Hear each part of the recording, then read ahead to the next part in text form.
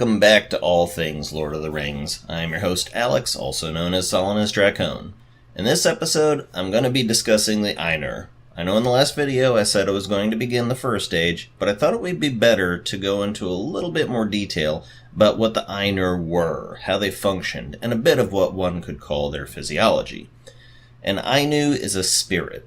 As stated before, they are Eru's versions of angels, beings of pure energy and thought. The true form of an Ainu is this spiritual consciousness.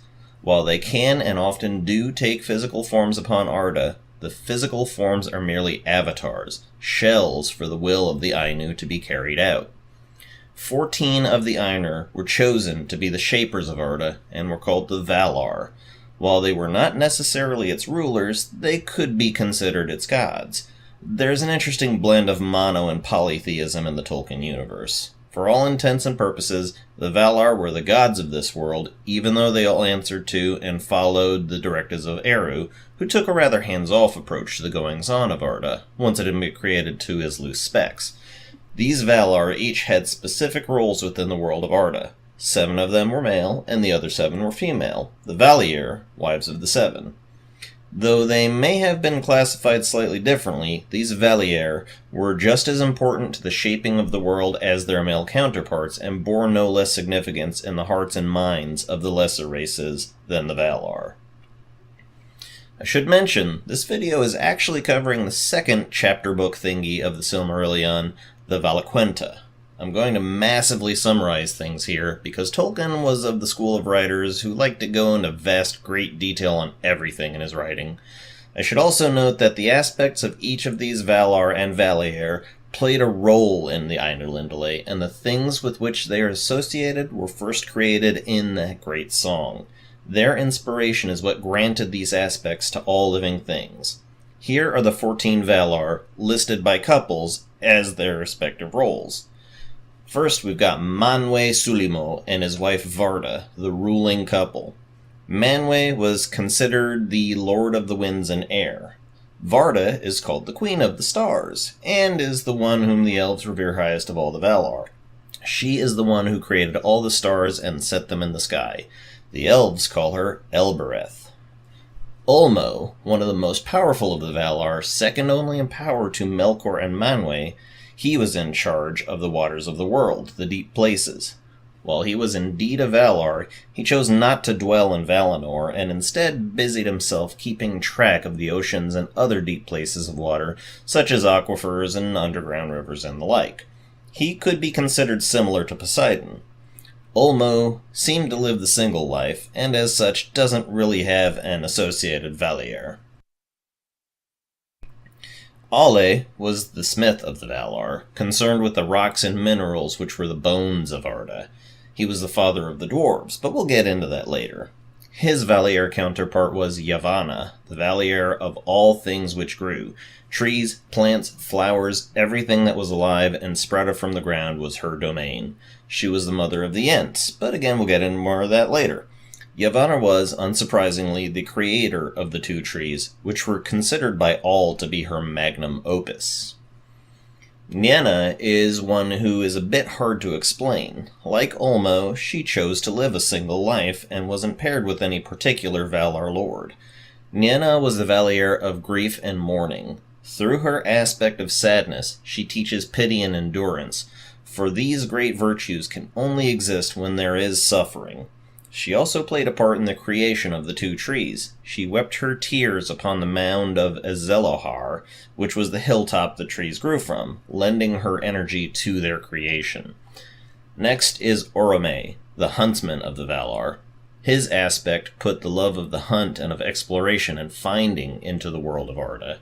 He was married to Vanna, the sister of Yavanna, who was more a Valliere of smaller things like flowers, though Yavanna was still the greater of the 2 as regards plant life. Then there's Mandos, also known as Namo. He serves the part of Hades, the keeper of the halls of the dead. He was married to Vaire, who was the Valliere of weaving. Her tapestries were like the written events of all history. Tulkas was the great warrior of the Valar, the most warlike and the strongest in battle. He was the one who chased off Melkor most often, during the shaping of the world. He was married to Nessa, who seemed to be the Valliere of dancing. She just basically danced around in the gardens of Valimar, which was the Valar's home city in Valinor. Irmo, also known as Lorien, and Este are the final two, and there isn't a whole lot to tell about them. Irmo, or Lorien, however you want to call him, was basically the host of a lot of the elves who came to Aman, and the more famous forest where Galadriel lived until the end of the Third Age was named after him in his gardens. It is also said that he guided the elves with visions and dreams, but the same thing could be said of Ulmo, who was known to bestow a vision or two himself. Este seemed to be the Valliere of healing. The doings of these two really didn't reach much out into Middle-earth itself, so they're not mentioned as often and don't bear quite as much significance to the story as some of the other Valar.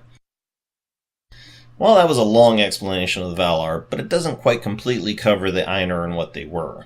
As stated, Ainur were living spiritual energy. It was a feature of all Ainur that they would give permanently of their energy to create or influence things as they saw fit. While there are conflicting accounts, it is safe enough to say that any Ainur who came to Arda, but weren't Valar, were called Maiar. The Maiar tended to act as servants to the Valar, facilitating their will. And many powerful beings of Middle-earth are indeed the physical forms of Maiar spirits, such as the eagles and the Balrogs and the Istari and Sauron himself. We'll get into that later. When an Ainu gives energy toward creation, or at the very least carrying out of their will, that energy is permanently spent. There's no getting it back. Why is this important?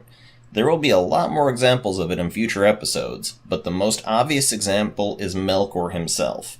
Since Melkor had the most power of any Ainu, he had the most to give. But since he couldn't create, as he didn't possess the flame imperishable, he had to settle for using his power to pervert and alter the wills and forms of others.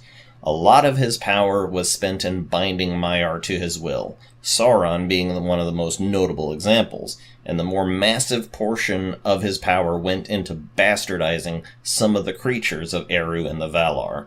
He tortured and perverted a large amount of elves, turning them into orcs. Likewise, trolls were created as savage mockeries of the Ents, and so on.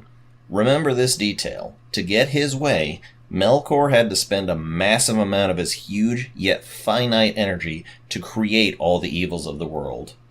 One other most notable example of an Ainur spending a great deal of their energy unrecoverably is Yavanna's creation of the trees. But why that is so notable is a story for another time. So that about wraps it up for my synopsis of the Valaquenta. There's lots more to tell, but I just wanted to scratch the surface and give a general idea of things. Thank you all again for watching and listening. I am Alex, also known as Solanus Dracone, and this has been All Things Lord of the Rings. Bye!